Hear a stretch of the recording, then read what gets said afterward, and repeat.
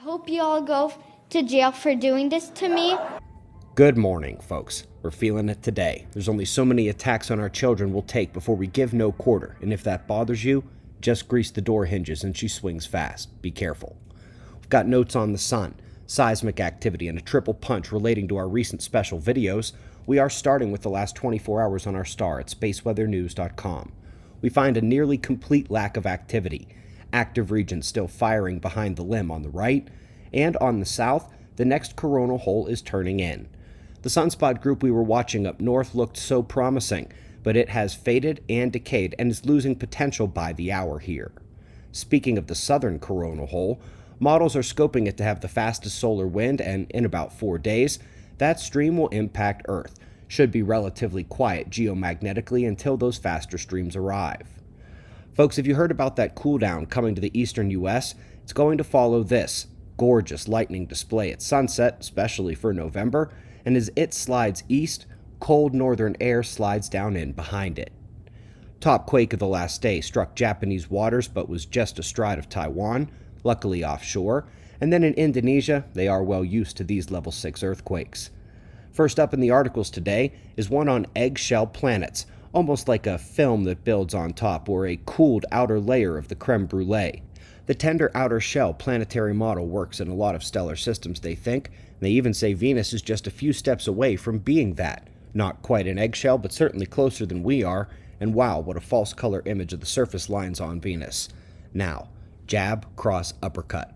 We're looking at star spots and superflares here, and confirming the correlation between size of the spots and potential size of the flare. We were just discussing superflares in our latest special video on major climate cycles, the 6,000, 3,000, and 1,500 year cycles. Interesting that here, they found Kepler 411's superflare range to be about the same as the Sun's, but happening every couple days. That does mean its peak event on longer scale should be about 10 to 100 times larger. Up next, no overstatement to this one, atmospheric science is double-taking on the interruptions of the thermospheric cross-polar jet. Sometimes, unlike the models expect, it will just stall, just stop. And the only thing they can find to correlate with the events is that they happen during low geomagnetic and solar activity, most often at sunspot minimum. By the way, Part 1 of the new special mini-series was all about the upper atmosphere and how the sun keeps standing in the light of discovery, forcing those layers, the density, winds, temperature, etc. Now we'll come back to Part 2, which we already hit with those superflares. Well, there was a lot more to that video because I knew the day after it was released, a team was going to be published in Nature and we're going to be spilling a huge climate lie. The goal was that you saw that Part 2 either on the 9th or yesterday morning on the 10th, and then this would come out a few hours later, and believe it or not, the team from Arizona actually had their press corps put the key point as a subtitle, 200-year blocks of climate look. Well, then yes, it may seem like the last 150 years are something unique and special, but of course, we have to recall both the Dansgaard-Oeschger events and the superflare forcing from slightly smaller superflares. Dansgaard-Oeschger events are rapid rises of 3, 5, even 8 degrees in only 40 years. Remember that during big eruptions like the 2003 solar flare, regions warmed up within hours by 3 degrees and lasted weeks.